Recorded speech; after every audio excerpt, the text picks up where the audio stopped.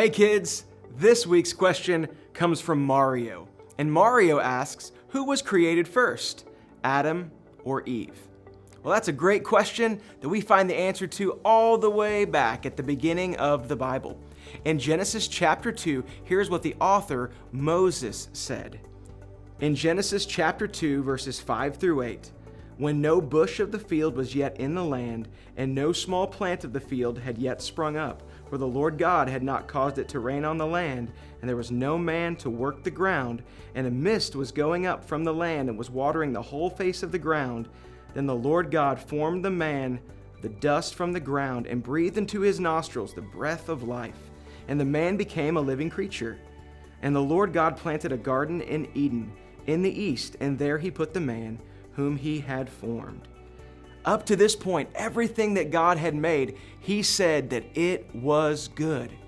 But all of a sudden, God says there was something that wasn't good. What was it? Genesis 2:18 tells us, says, then the Lord God said, it is not good that the man should be alone. I will make him a helper fit for him. God makes Adam a helper. How does he do that, and who does he make? He goes on to tell us a few verses later. So the Lord God caused a deep sleep to fall upon the man, and while he slept, took one of his ribs and closed up its place with flesh. And the rib that the Lord God had taken from the man, he made into a woman and brought her to the man. Then the man said, this at last is bone of my bones and flesh of my flesh. She shall be called woman, because she was taken out of man. Therefore a man shall leave his father and his mother and hold fast to his wife, and they shall become one flesh. So according to Genesis, according to God, God made Adam first, then Eve.